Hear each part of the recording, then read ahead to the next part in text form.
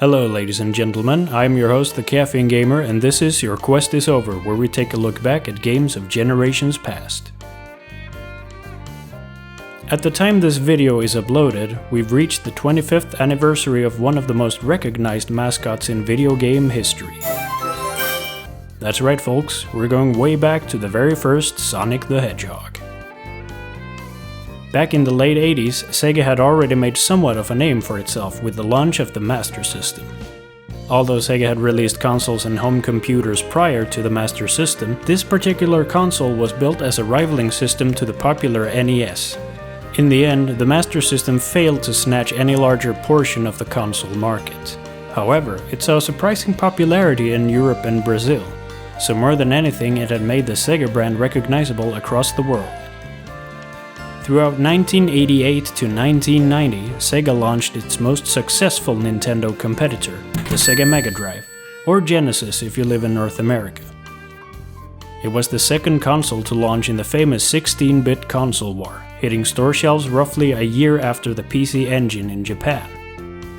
It would take a couple of years past its original launch before the console would properly compete with Nintendo. The success of the Mega Drive was originally modest.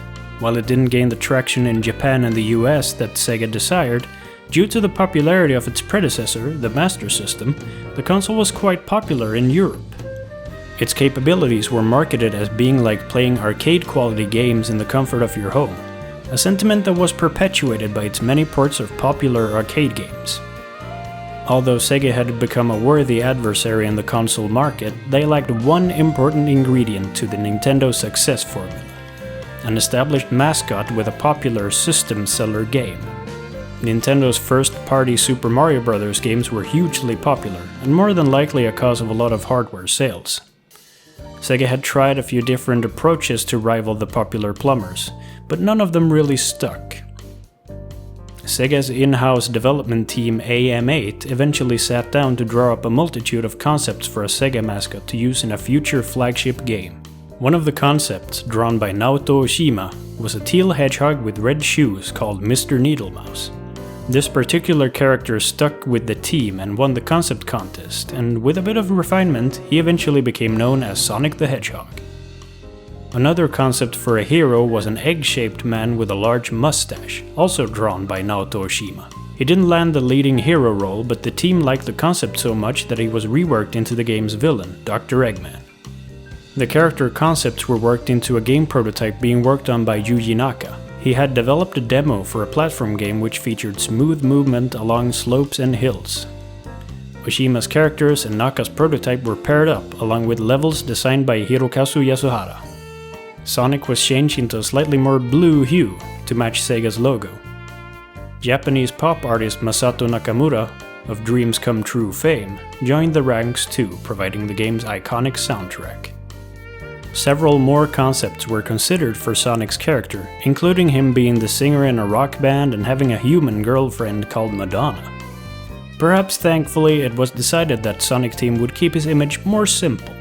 He was the fast mascot with an attitude, out to save his animal friends and establish himself as one of gaming's most iconic characters. Sonic the Hedgehog was released on June 23rd in North America and Europe, with a release back home in Japan happening a little more than a month later.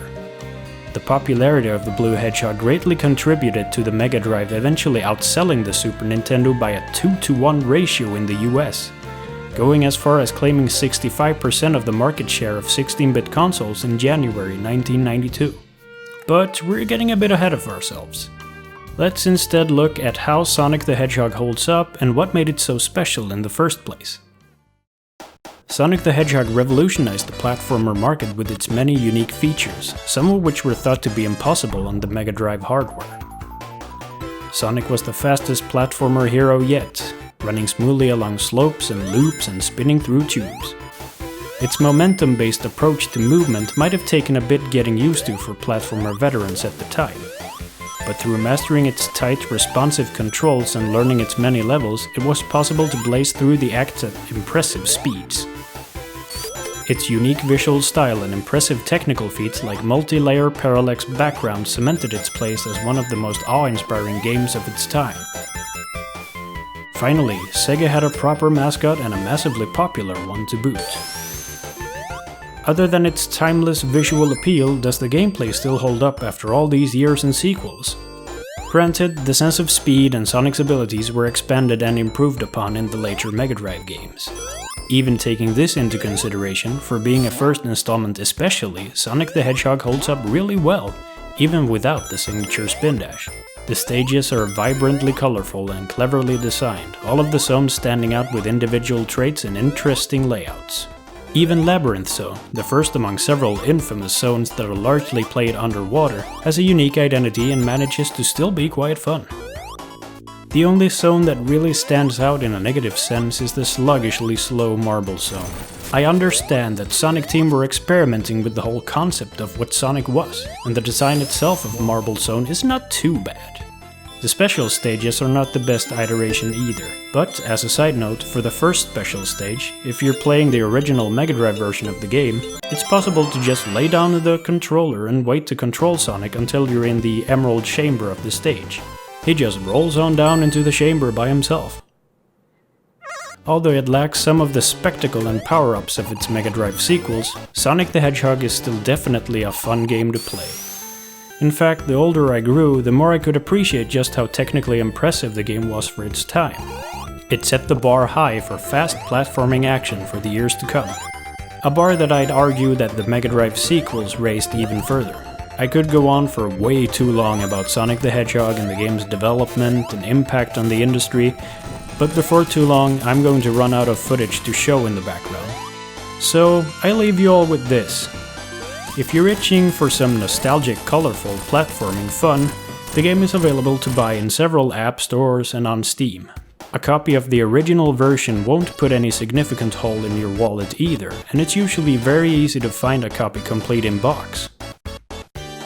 Anyway, that's all for this time. Hope you all enjoyed the video, and a happy birthday to you, Sonic. Let's hope for a Sonic Generations 2 sooner rather than later.